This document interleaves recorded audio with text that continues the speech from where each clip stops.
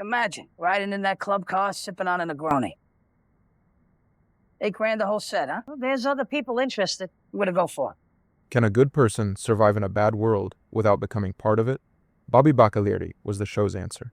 A gentleman, a devoted father, a mobster who, by the final season, had never once committed a murder. In a show full of men who kill without hesitation, Bobby Bacala was different, and David Chase spent 6 seasons letting you believe that difference might protect him. It didn't. Bobby Baccalieri, the last man standing. I don't want to say nothing, Tony. Now, Bobby, you're gonna hear some high-end shit. I hope you keep it between this room and Junior. Because if you don't, I promise you, they're gonna find pieces of you in 8 different dumpsters. I don't think you got reason to talk to me this way. I always liked you. I always liked you. Tony Soprano just told him he'll end up in 8 dumpsters, and Bobby Baccalieri responds by saying he always liked him. Not as a tactic, not as a deflection. Just because it's true, and Bobby Baccalieri is the kind of man who says true things. He spent his early seasons as Junior's driver and bodyguard, doing the quiet, unglamorous work of keeping an old man safe, picking up prescriptions, sitting in waiting rooms. The mob has 100 men who want to be Tony Soprano. Bobby was one of the rare ones who genuinely didn't. My love, my sweet love. How he loved her. You know what I heard one time? Sil was on the phone.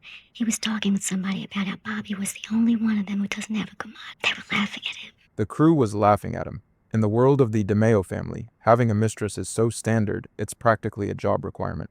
Bobby Baccalieri didn't have one. Not because he couldn't. He was a made man with money and access. Because he was in love with his wife.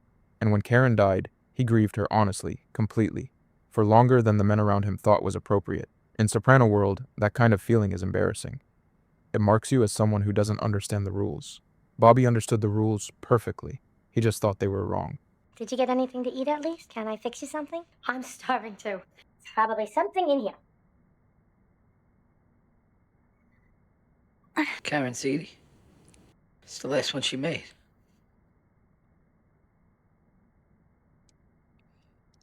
Janice Soprano is not the villain of Bobby's story, but she is the mechanism. The ZD scene is the first time we watch Bobby do something he doesn't want to do, because someone he cares about is pushing him toward it. He's not weak. He's just constitutionally unable to deny someone who is suffering, even when that suffering is performance. Janice is Livia's daughter. She weaponizes need the same way her mother did. And Bobby, who responds to genuine pain with genuine care, has no defense against the performance of it. The ZT is a small thing, but in this show, small things are never small. I'll tell you this, Bobby. You can't hide behind this brother-in-law shit forever. You're an okay guy, but each and every man is judged on his own merit.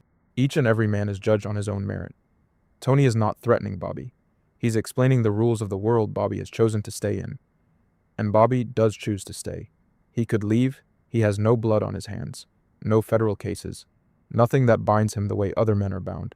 But he stays because of Janice, because of the money, because leaving would mean admitting that the life he inherited from his father was wrong. Bobby Baccalieri Sr. was a mob enforcer. Bobby Jr. grew up in this world, same as Tony, same as Christopher.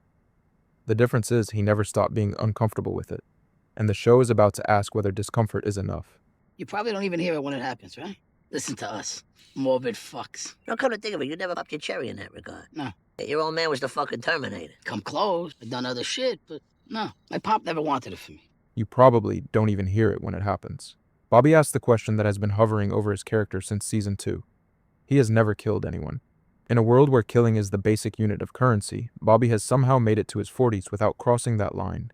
His father, Bobby Sr., the Terminator, did that work so Bobby Jr. wouldn't have to. And then his father died, and Bobby inherited the life anyway. And he's been living in it without ever doing the thing the life requires. Tony will fix that, and when Bobby finally does die, he won't hear it. The train falls. Everything goes black. Bobby Baccalieri, the man who never wanted any of this, gets exactly the ending he was always promised by the world. He refused to fully enter. That fucking throw rug hadn't have been there, would have been Bobby on his back, not me. I wouldn't have slipped. I would have kicked his ass. Do you think I care? Oh, you don't, huh? How old is Bobby? 42, 43? You think those 4 years don't make a difference? You get away with murder because you're his boss. Carmela says it out loud. Tony didn't slip. Bobby beat him. And Tony, who has spent 20 years building an identity around being the most dangerous man in every room, cannot process losing a fair fight to the gentle giant he always slightly looked down on. The rug, the sucker punch, the disadvantage. Tony will reconstruct the story until it fits his self-image. and then he will use his power to make the real story irrelevant. Because that's what the title of boss actually means. Not authority, not respect. The ability to punish people for things you can never admit are your fault. I would give anything to be, débarrassé this shit. To have him gone from her life. That's tough talk, mon ami. I'm really serious. One day, and we'll see what we can do about making your sister's custody problem go away. And I'm not talking about a lawyer either. You'll take care of this, right? Sure. No bow and arrows now. Tony Soprano just ordered his brother-in-law's first murder as a punchline. Not because it needs to happen for business, because Bobby beat him in a fight and Tony cannot let that stand uncorrected. The hit is punishment disguised as routine mob work. The Canadian's custody problem would have been solved some other way on any other weekend. But it happens to be available right now, and Bobby happens to have just won a fight. He shouldn't have won, and Tony happens to be the boss. 3 coincidences, and a man who had never killed anyone is now going to Canada to murder a stranger. Bobby comes back to the lake, the family vacation continues, but he is entirely alone. He can't confess to Janice, he can't use therapy like Tony. He just has to hold the child he loves right next to the murder he committed, and carry it forever.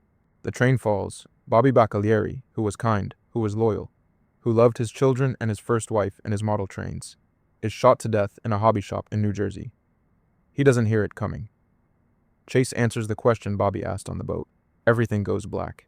And the Blue Comet, the most beautiful train Bobby had ever seen, the one that made him think about a better version of the world, the one that still had every window lit up, falls off the shelf and breaks on the floor.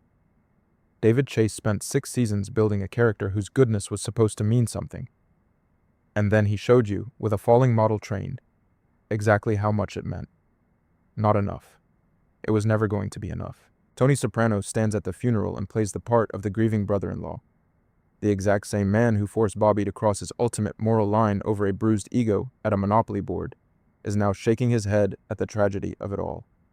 This is the final insult of the mob. They don't just corrupt your soul and put you in the ground. They use your memory to make themselves look like the victims. The system absorbs your death, wipes away its own fingerprints, and Tony gets to openly mourn the exact innocence that he personally destroyed. The Sopranos is not a show about bad people doing bad things.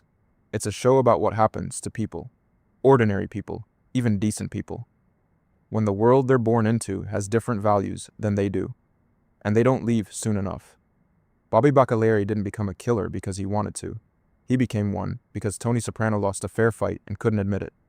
That's the real horror of Soprano world. It's not the violence. It's the pettiness behind the violence. The fact that a man like Bobby, gentle, faithful, a man who cried for his dead wife and bought model trains and wanted nothing more than to be left alone in the life he'd inherited. He lost his innocence to his boss's bruised ego, and he lost his life to a turf war he never truly belonged in. The system doesn't care about your goodness. It just waits until it needs something from you. And then it takes it. And you don't even hear it coming.